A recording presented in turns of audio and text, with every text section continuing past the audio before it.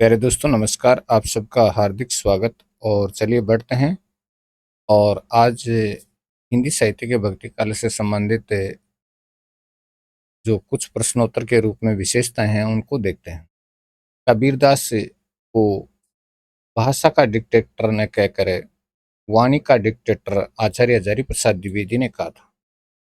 यानी कबीरदास जी को भाषा का डिक्टेटर नहीं कहा था, वाणी का डिक्टेटर कहा था।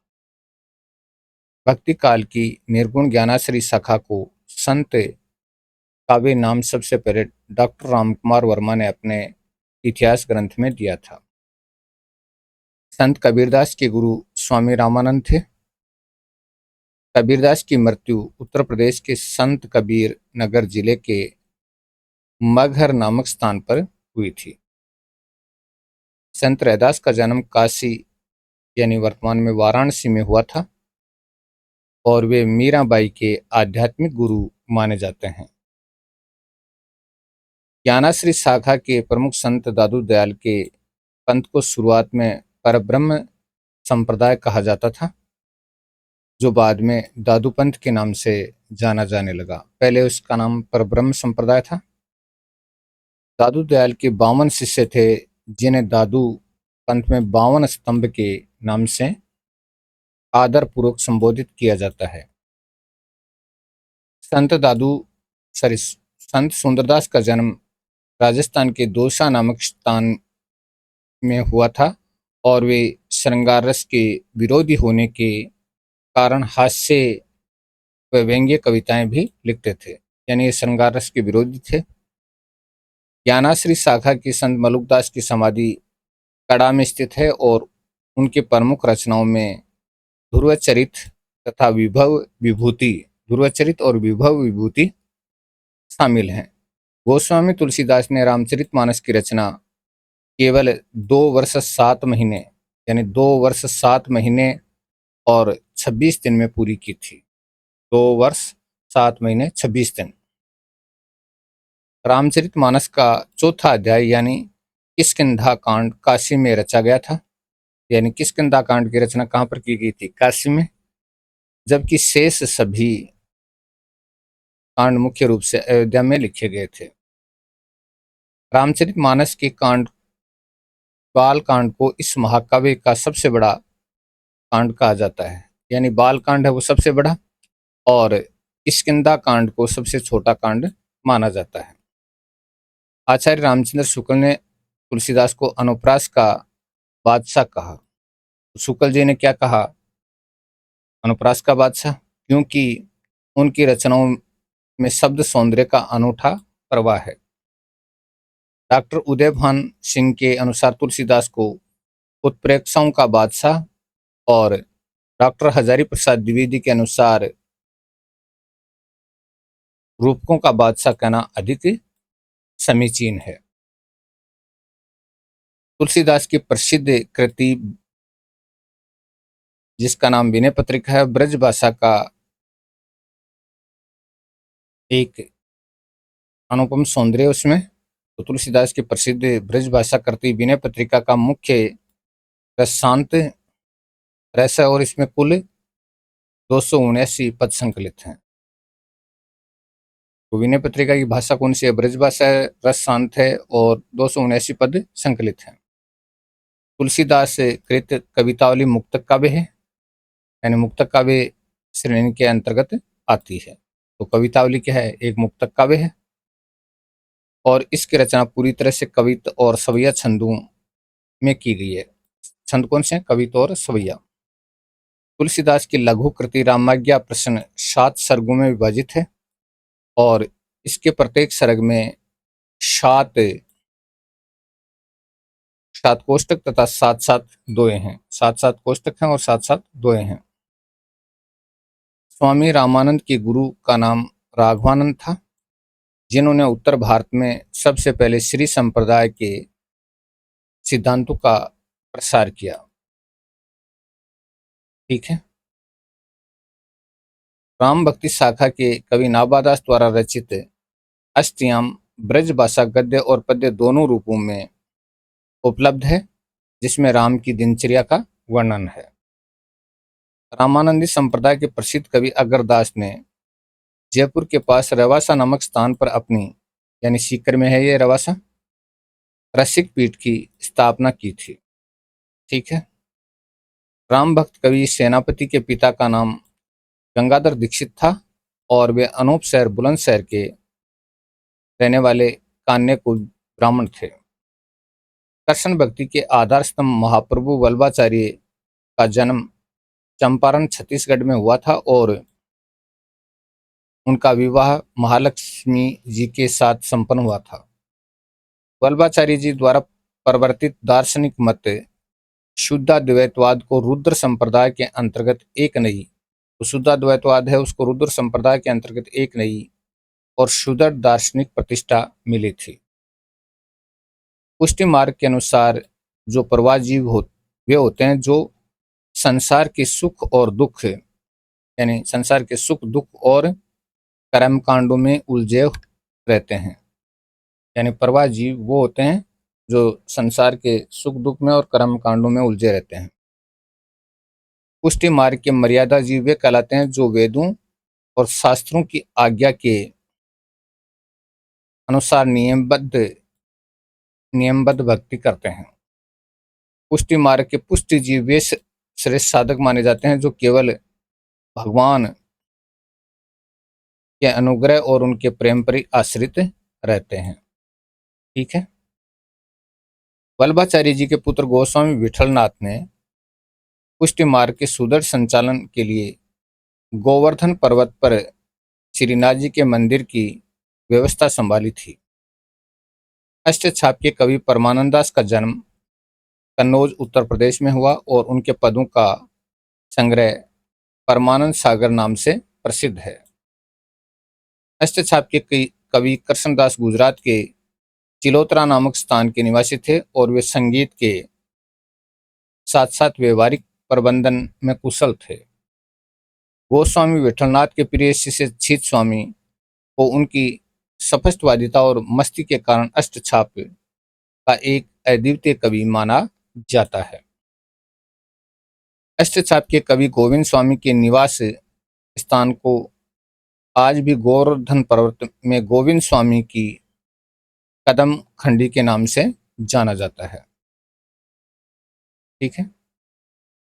अष्टछाप के सबसे छोटे कवि चतुर्भुज दास थे जिन्होंने हितजू को मंगल नामक एक अत्यंत लघु और सुंदर काव्य की रचना की थी। नंददास कृत रास पंचाध्यायी को हिंदी का गीत गोविंद कहा जाता है। रास पंचाध्यायी को हिंदी का क्या कहा जाता है? गीत गोविंद कहा जाता है, क्योंकि इसमें लौकिक भाषा में अलौकिक संगीत जैसी मधुरता है। ठीक है। नंददास की रचना सदमंजरी और नाम चिंतामणि नाममाला कोश ग्रंथों की श्रेणी में आती है। कोश ग्रंथों की श्रेणी में आती है।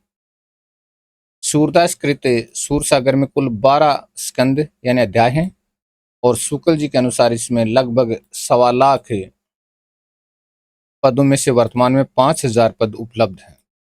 यानी 1.25 लाख पद थे इसमें, लेकिन वर्तमान में कितने हैं? 5000 पद उपलब्ध हैं। ठीक है। सूरसागर के भ्रमरगीत प्रसंग का मुख्य उद्देश्य निर्गुण ज्ञान पर सगुण प्रेम और योग पर भक्ति की श्रेष्ठता स्थापित करना है। सूरदास जी की रचना साहित्य लहरी का रचना काल संवत 1607 माना जाता है, संवत है ये, और इसमें नायिका भेद तथा अलंकारों के उदाहरण मिलते हैं। नायिका भेद और अलंकारों के उदाहरण देखने को मिलते हैं। वल्लभ संप्रदाय के भक्त कवियों की सेवा पद्धति में अष्टयाम सेवा पद्धति का विधान है, जिसमें मंगला, श्रृंगार, ग्वाल, राजभोग, उत्थापन भोग, संध्या आरती और सैन झांकी शामिल है। हित हरिवंश द्वारा परिवर्तित राधा वल्लभ संप्रदाय में कृष्ण को राधा के अधीन माना गया है और इसमें तत्सुखी भाव की प्रधानता होती है। तत्सुखी भाव की प्रधानता है। सखी संप्रदाय के प्रवर्तक स्वामी हरिदास के पदों का मुख्य संकलन हरिदास जी के पद और सिद्धांत के पद में सुरक्षित है। निम्बार्क संप्रदाय के प्रसिद्ध कवि श्री भट्ट का जन्म मथुरा के ध्रुवटीला नामक स्थान पर हुआ था और वे हित हरिवंश के समकालीन थे, यानी स्वामी हित हरिवंश के क्या थे, समकालीन थे। चैतन्य महाप्रभु का वास्तविक नाम विश्वम्बर था और वे उड़ीसा के राजा रुद्र प्रताप उनके अनन्य भक्त और शिष्य बने थे। उड़ीसा के राजा रुद्र प्रताप उनके अनन्य भक्त और शिष्य बने थे, किनके? चैतन्य महाप्रभु के। कृष्ण भक्त कवयित्री मीराबाई की स्फुट पद मुख्य रूप से मीराबाई की पदावली के नाम से 7 अध्यायों में प्रकाशित है। मीराबाई के जीवन पर उनके दादा राव दूधा जी के धार्मिक विचारों का बहुत गहरा प्रभाव था, जिन्होंने उन्हें बचपन से कृष्ण भक्ति की प्रेरणा दी थी। कवि नरोत्तम दास द्वारा उत्तर प्रदेश के सीतापुर जिले के कवि नरोत्तम दास उत्तर प्रदेश के सीतापुर जिले के वाड़ी नामक स्थान के रहने वाले थे और सुदामा चरित उनकी अक्षय कीर्ति का आधार है। भक्ति काल में वीरस की धारा को जीवित रखने वाले कवियों में जलन और नरपति नालय के बाद के कुछ कवियों का नाम आता है।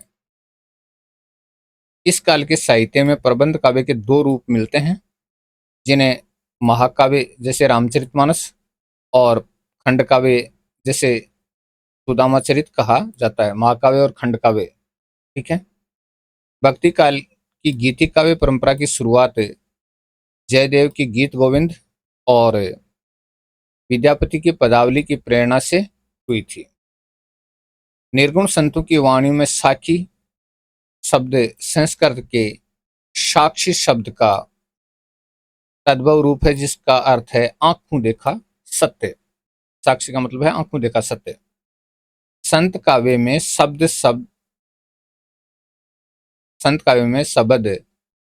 संस्कृत के शब्द का रूप है, जो मुख्य रूप से संगीतात्मक गेय पद होते हैं, यानी गाए जा सकते हैं, गाए जा सकने वाले पद हैं। संत काव्यों में रैमनी शब्द संस्कृत के रामायण का अपभ्रंश रूप है, जिसमें चौपाई छंद का प्रयोग किया गया है। तो तीनों चीज समझ में आ गई। तुलसीदास ने विनय पत्रिका की रचना काशी के अस्सी घाट पर रहकर की थी। कहां पर? अस्सी घाट पर रहकर की थी, जब वे कलिकाल के प्रवेश से व्यथित थे। रामचरितमानस की प्रामाणिकता की रक्षा के लिए तुलसीदास ने इसकी मूल प्रति अपने मित्र टोडरमल के वंशजों के पास सुरक्षित रखी थी। तुलसीदास जी ने दोहावली में चातक पक्षी के माध्यम से अनन्य प्रेम और चातक व्रत की सुंदर व्याख्या की है। राम भक्ति शाखा के कवि नाभादास को अगरदास ने उपदेश देकर वैष्णव धर्म की दीक्षा दी थी। तो राम भक्ति शाखा के कवि नाभादास को अगरदास ने उपदेश देकर वैष्णव धर्म की दीक्षा दी थी। राम भक्त कवि प्राणचंद चौहान का रामायण महानाटक संवत 1667 की रचना माना जाता है, जो पूरी तरह से संवादात्मक है, यानी नाट्य विधा है।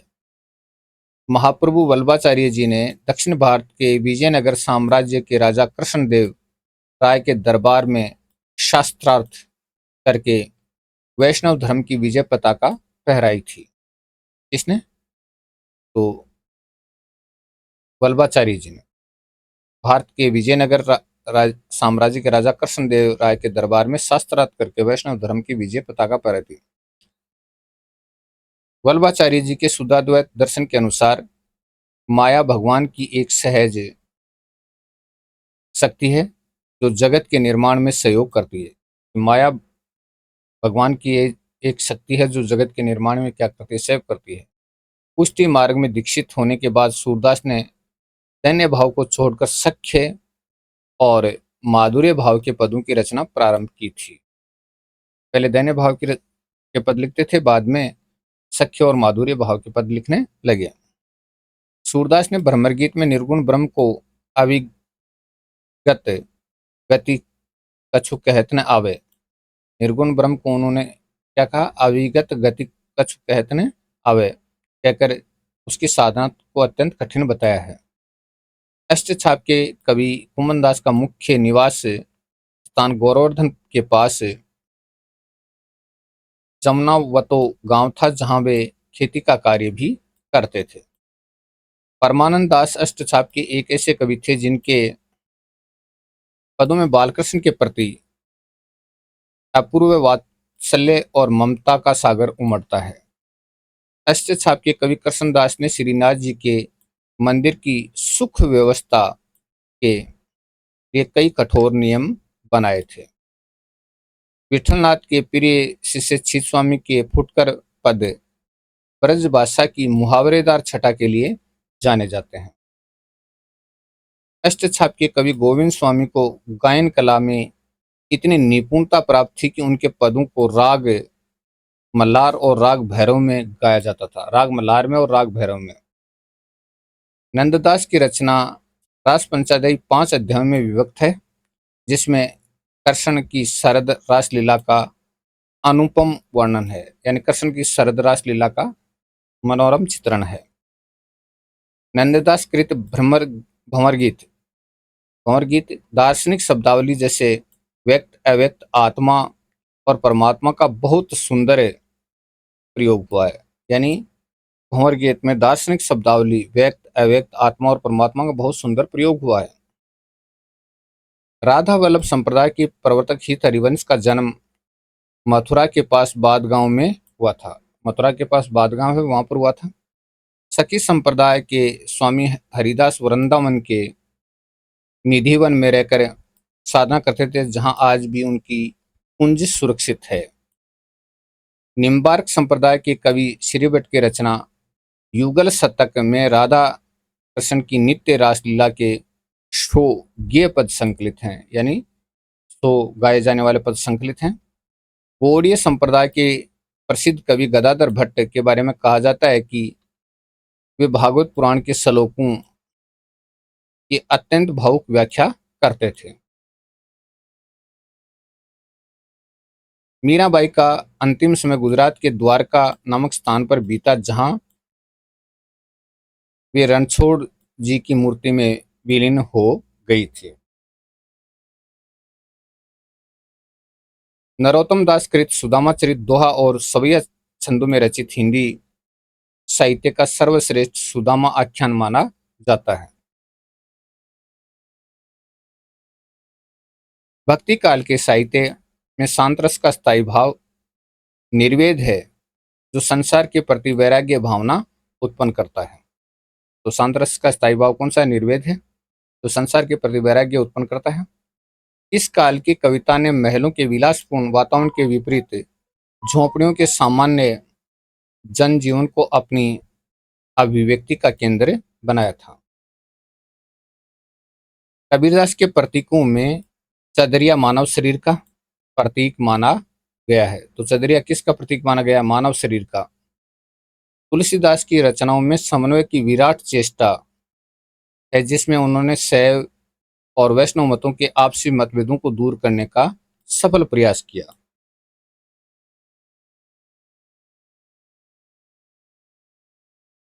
सूरदास के पदों की सबसे बड़ी विशेषता यह है कि वे शास्त्रीय संगीत के नियमों के पूर्णतः अनुकूल रागबद्ध हैं, यानी रागों में बंधे हुए हैं। भक्ति काल ने लोक भाषाओं को वह गौरव प्रदान किया जिससे वे आज भी हिंदी साहित्य के इतिहास का सबसे देदीप्यमान अध्याय मानी जाती हैं, यानी चमकता हुआ सितारा मानी जाती हैं।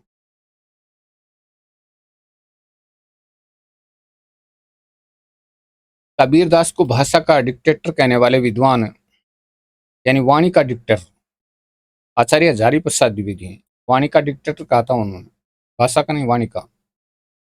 भक्ति द्राविड़ उपजी लाए रामानंद कथन के रचयिता संत कबीरदास हैं। यह कथन कई बार परीक्षा में पूछा गया। भक्ति द्राविड़ उपजी लाए रामानंद, ये कथन किसने कहा था? कबीरदास जी ने। ठीक है। सिद्धांत पंचमात्रा ग्रंथ के रचयिता स्वामी रामानंद के गुरु राघवानंद थे। तो सिद्धांत पंचमात्रा ग्रंथ है, उसके रचयिता कौन थे? रामानंद के गुरु थे, जिनका नाम राघवानंद जी था। संत जम्भनाथ जाम्बू जी ने राजस्थान में विश्नोई यानी विश्नोई संप्रदाय की स्थापना की। तो विश्नोई संप्रदाय की स्थापना की, इसको थोड़ा सा ये जैसा बोला जाता है अपने राजस्थान में, इसको इस रूप में लिख देते हैं।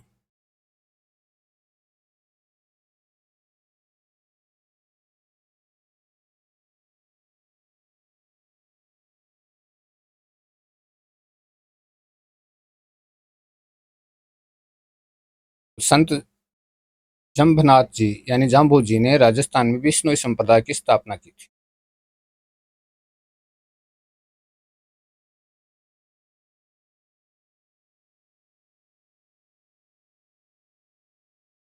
ठीक है, जिसमें 29 नियमों का पालन अनिवार्य है। 29 नियमों को माना जाता है, पालन किया जाता है।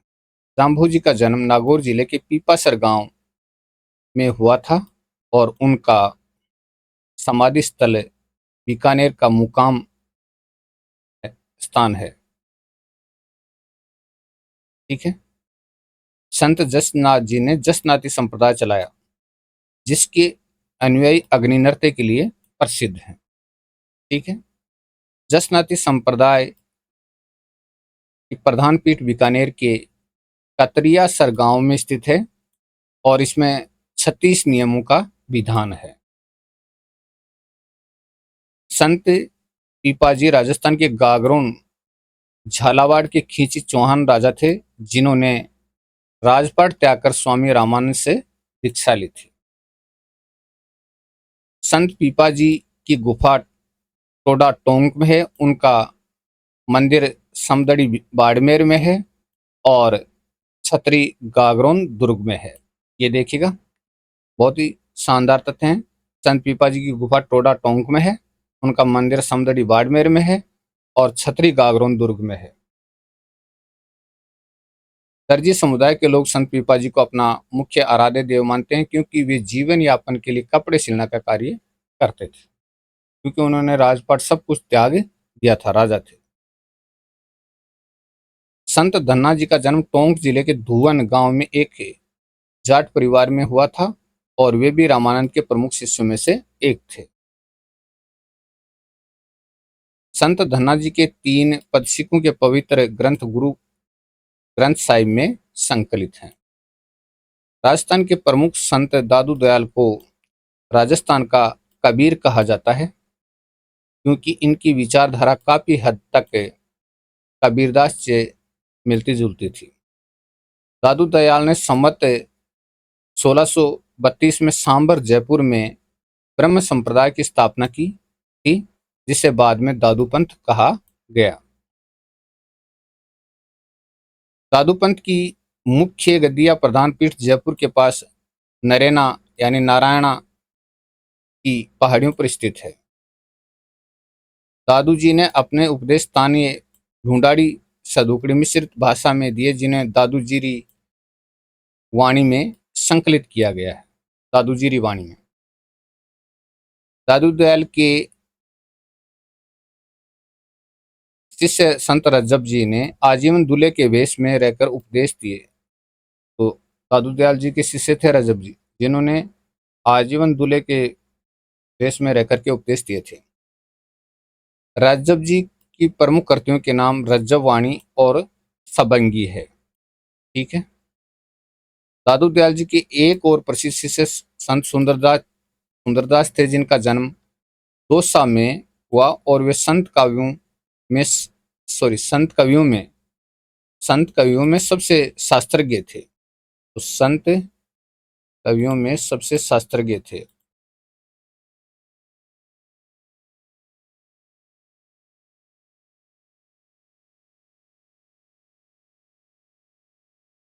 यानी शास्त्रों के जानकार थे। सुंदरदास द्वारा रचित प्रमुख ग्रंथों में सुंदर विलास और ज्ञान समुद्र प्रमुख है। एक तो सुंदर विलास है और दूसरी रचना कौन सी है? ज्ञान समुद्र। दोनों ही रचनाएं महत्वपूर्ण हैं। सुंदरदास की भाषा परिष्कृत ब्रजभाषा थी और वे संत कवि में एकमात्र ऐसे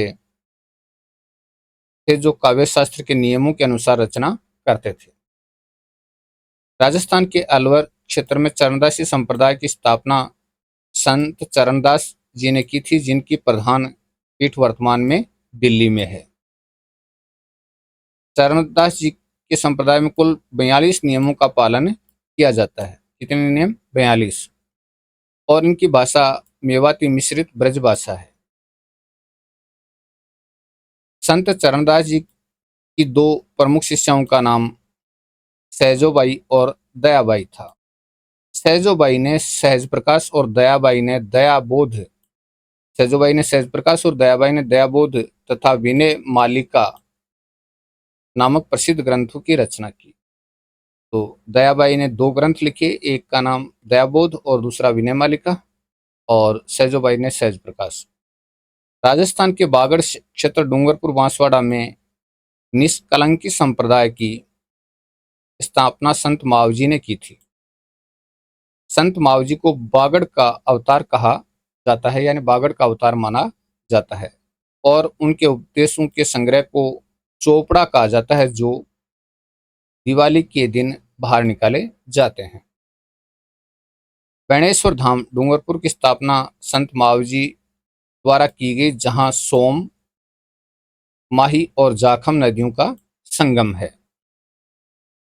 राजस्थान के चूरू जिले में अलखिया संप्रदाय की स्थापना स्वामी लालगिरी जी महाराज ने की थी। अलखिया संप्रदाय की स्थापना किसने की थी? स्वामी लालगिरी महाराज जी ने। स्वामी लालगिरी कृत अलख प्रकाश इस संप्रदाय का मुख्य ग्रंथ माना जाता है और इसका प्रधान केंद्र बीकानेर है। निरंजनी संप्रदाय के प्रवर्तक संत हरिदास जी का जन्म डीडवाना नागौर के कापड़ोद गांव में हुआ था। डीडवाना नागौर के कापड़ोद गांव में संत हरिदास जी को साधना मार्ग में आने से पहले कलयुग का वाल्मीकि कहा जाता था। लालदासी संप्रदाय के प्रवर्तक संत लालदास जी का जन्म अलवर के लालदासी संप्रदाय के प्रवर्तक संत लालदास जी का जन्म अलवर के धौलीदूब गांव में हुआ था और वे मेव जाति के लकड़ारे थे।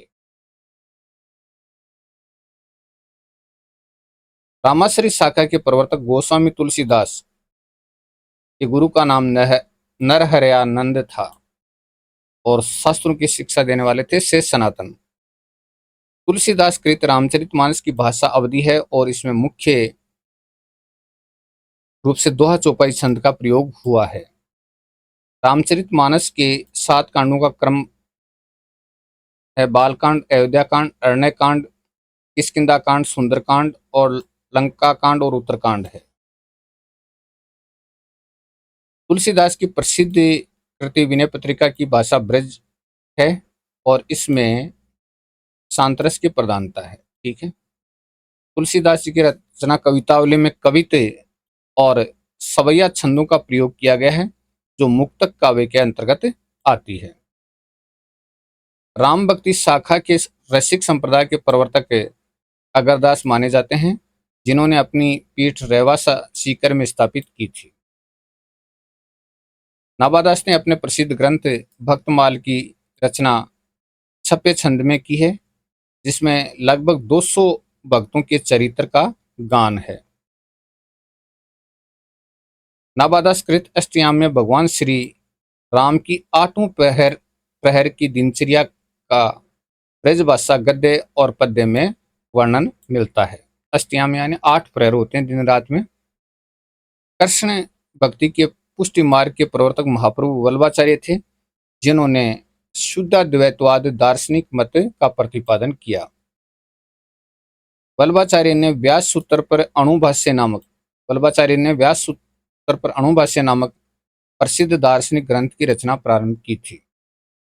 पुष्टि मार्ग का मुख्य आधार भगवान का अनुग्रह या कृपा माना जाता है, जिससे भागवत पुराण के पोषण तदनुग्रह सूत्र से लिया गया पोषणम तदनुग्रह सूत्र से लिया गया है। वल्लभाचार्य जी के पुत्र गोस्वामी विठलनाथ ने संवत 1622 में अष्टछाप के 8 कृष्ण भक्त कवियों के संगठन की स्थापना की थी, जिसे अष्टछाप या अष्टशकाक कहा जाता है। अष्टछाप के 8 कवियों में वल्लभाचार्य जी के 4 शिष्य सूरदास जी, कुंभनदास जी और परमानंद दास जी और कृष्णदास जी थे। ये 4 शिष्य किनके थे? वल्लभाचार्य जी के। अष्टछाप के शेष 4 शिष्य विठलनाथ के थे, जिनके नाम छीत स्वामी, ठीक है, गोविंद स्वामी, चतुर्भुज दास और नंददास हैं। गोस्वामी विठलनाथ सूरदास को अष्ट गोस्वामी विठलनाथ ने सूरदास को अष्टछाप का जहाज कहा था।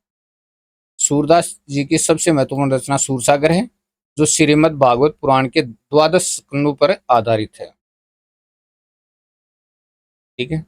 सूर सागर के भीतर संकलित ब्रह्मगीत को हिंदी साहित्य का उत्कृष्ट उपालंब काव्य माना जाता है, उलाना काव्य माना जाता है। ब्रह्मगीत प्रसंग के माध्यम से गोपियों के ब्रह्मगीत प्रसंग में गोपियों के माध्यम से निर्गुण ज्ञान और योग मार्ग पर सगुण प्रेम और भक्ति की विजय दिखाई गई है। सूरदास को हिंदी साहित्य में वात्सल्य रस का सम्राट कहा जाता है, क्योंकि उन्होंने बाल सुलभ चेष्टाओं का अद्वितीय वर्णन किया है। अष्टछाप के प्रसिद्ध कवि नंददास को भाषा के सटीक प्रयोग के कारण जड़िया कवि की उपाधि दी गई थी। जड़िया कवि यानी भाषा का उन्होंने बहुत सटीक प्रयोग किया था। नंददास कृत रास पंचाध्यायी रोला छंद में रचित है, जिसे भाषा की कोमलता के कारण हिंदी का गीत गोविंद कहा जाता है। राजस्थान की पावन धरा पर जन्मी कृष्ण भक्त कवित्री मीराबाई का जन्म कुर्की पाली में हुआ था। मीराबाई के पिता का नाम रतन सिंह था और उनका विवाह चित्तौड़ के महाराणा सांगा के पुत्र भोजराज के साथ हुआ था। मीराबाई की भक्ति का मुख्य भाव माधुर्य भाव था। मीराबाई के आध्यात्मिक गुरु संत रैदास यानी रविदास थे, जिनकी छतरी आज भी चित्तौड़ के दुर्ग परिसर में बनी हुई है। मीराबाई की प्रमुख रचनाओं में पदावली, गीत गोविंद की टीका और नरसिंह जी का मायरा परीक्षाओं के लिए अत्यंत महत्वपूर्ण है। ठीक है, यानी परीक्षाओं में इनकी रचनाएं पूछी जाती हैं। मीराबाई से संबंधित भक्त कवियत्री मीराबाई से संबंधित कौन कौन सी रचनाएं हैं? कृष्ण भक्त कवि नरोत्तम दास द्वारा रचित सुदामा चरित एक अत्यंत लोकप्रिय खंडकाव्य, खंडकाव्य ध्यान रखना, जो सवैया छंद में लिखा गया है। कौन से छंद में? सवैया छंद में। निम्बार्क संप्रदाय की प्रधान पीठ राजस्थान में अजमेर के पास सालेमाबाद में रूपनगढ़ नदी के तट पर स्थित है। कहाँ पर? रूपनगढ़ नदी के तट पर। सालेमाबाद पीठ की स्थापना निम्बार्क संप्रदाय के प्रसिद्ध संत परशुराम देवाचार्य जी द्वारा की गई थी। हित हरिवंश ने राधा वल्लभ संप्रदाय का प्रवर्तन किया, जिसमें कृष्ण की तुलना में राधा जी की प्रधानता को स्वीकार किया गया है। स्वामी हरिदास जी ने सखी संप्रदाय की स्थापना वृंदावन में की थी, जिसमें निकुंज बिहारी कृष्ण की उपासना होती है। चैतन्य महाप्रभु चैतन्य महाप्रभु द्वारा प्रवर्तित गौड़ीय संप्रदाय का दार्शनिक सिद्धांत अचिंत्य भेदाभेद के नाम से जाना जाता है। अचिंत्य भेदाभेद के नाम से जाना जाता है। जयपुर का प्रसिद्ध गोविंद देव जी का मंदिर और करौली का मदन मोहन जी का मंदिर गौड़ीय संप्रदाय से संबंधित है। नाथ और सिद्धों की अंत साधना का निर्गुण संत कवियों की विचारधारा पर गहरा प्रभाव परिलक्षित होता है। हिंदी साहित्य के इतिहास में भक्ति काल को स्वर्ण युग घोषित करने वाले प्रथम इतिहासकार डॉक्टर जॉर्ज ग्रियर्सन थे। आचार्य रामचंद्र शुक्ल के अनुसार भक्ति काल का समय विक्रम संवत 1375 से संवत 1700 तक, यानी सन 1318 से सन 1643 ईस्वी माना जाता है। भक्ति काल के संपूर्ण काव्य में स्वांत सुखाय और लोक मंगल की भावना का अनुपम समन्वय देखने को मिलता है। संत साहित्य में प्रयुक्त साक्य शब्द मूलतः संस्कृत के साक्य प्रत्यक्ष शब्द का रूपांतर है, जिसका अर्थ है प्रत्यक्ष ज्ञान। प्रत्यक्ष ज्ञान संत कबीरदास के वचनों का प्रामाणिक संकलन बीजक कहलाता है, जिसके 3 भाग साखी शब्द और रैमनी हैं। कृष्ण भक्त कवियों ने मुख्य रूप से ब्रज भाषा के मुक्तक गेय पदों को अपनी अभिव्यक्ति का माध्यम बनाया। राम भक्त कवियों ने मुख्य रूप से अवधी और ब्रज दोनों भाषाओं में प्रबंध तथा मुक्तक दोनों शैलियों का प्रयोग किया। सूरदास के पदों में शास्त्रीय संगीत की विभिन्न राग रागिनियों का अत्यंत वैज्ञानिक और कलात्मक प्रयोग मिलता है। कबीर की उलट बांसियों में अद्भुत रस और शांत रस का एक साथ समावेश दिखाई देता है, जो पाठकों को चमत्कृत करता है।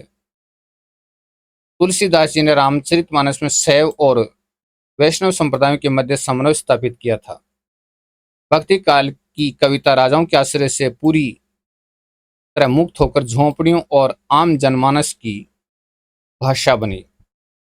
इस काल के संतों ने समाज में व्याप्त छुआछूत, जाति पाति और बाह्य आडंबरों का अत्यंत प्रखरता से विरोध किया था। भक्ति काल के कवियों ने ज्ञान और कर्म की तुलना में नाम स्मरण और भक्ति को ईश्वर प्राप्ति का सबसे सरल मार्ग बताया। हिंदी भाषा को सुदृढ़ और व्याकरणिक रूप और समृद्ध शब्द भंडार देने का मुख्य श्रेय भक्ति काल के मनीषी कवियों को जाता है। तो ये था हमारा भक्ति काल और उसके कई हमने अंक देखे। संपूर्ण विशेषताओं को समेटते हुए हमारा भक्ति काल पूरा होता है। आगे हम रीतिकाल की तरफ बढ़ेंगे। तो दोस्तों, ये भक्ति काल के अंक आपको कैसे लगे? आशा करता हूँ अच्छे लगे होंगे। वीडियो पसंद आया तो बहुत अच्छा दोस्तों, पढ़ते रहिएगा और तैयारी करते रहिएगा।